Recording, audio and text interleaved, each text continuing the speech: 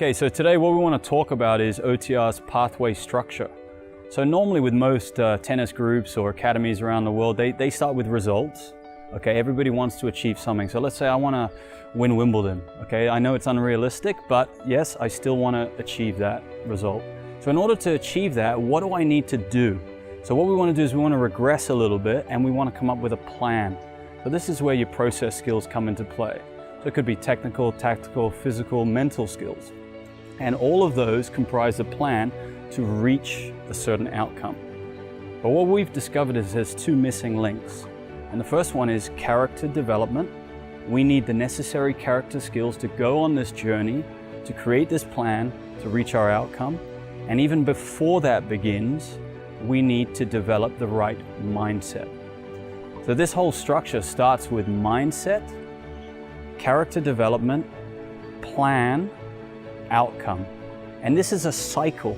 So the outcome is going to fuel your mindset. So for example, if I don't reach my goals, then it may confirm my mindset that I'm not good enough. Or if I get close to it, maybe it tells my mindset, okay, I'm making progress. That allows me to continue my journey, and it's a non-stop journey, even continues after your tennis days are finished.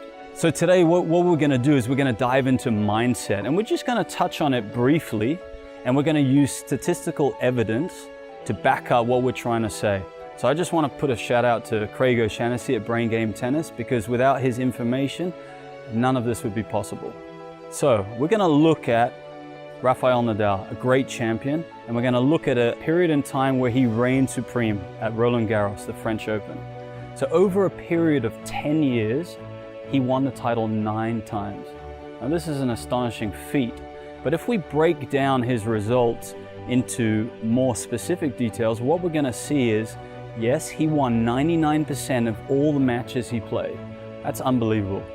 But he only won 80% of the sets he played.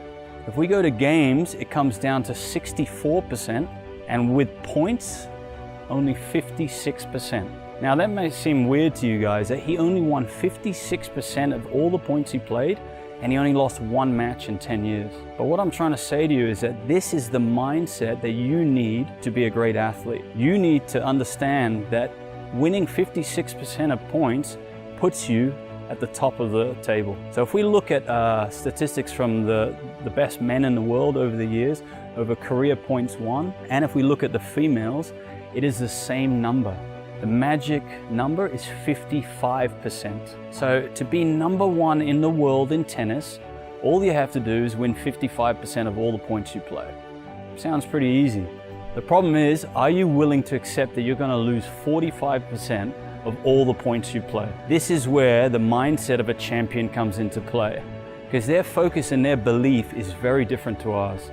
They understand that everything is about effort. They use this growth mindset. So effort is paramount.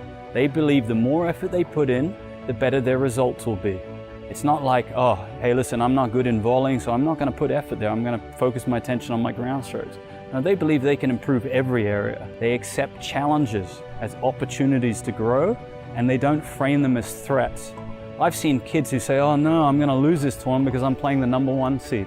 If you put Nadal in their shoes, Nadal's going to say, great, I've got an opportunity to play the best guy in the tournament. I'm going to improve. They completely appreciate that they're going to make lots of mistakes. In fact, they know that they're going to lose 45% of all the points they play, and they're going to learn from their mistakes. And lastly, they take feedback with a growth mindset way. They don't take it personally. They don't make excuses for their shortcomings. They learn from their errors, and they continually strive to improve. So what we're trying to say is that these statistics show us that the mindset is absolutely essential to develop your character, to go on this journey where you create a plan and to reach your outcome. Try and focus your attention on what you can control, your attitude, your effort, the things that can be controlled, not the results. These are out of our control.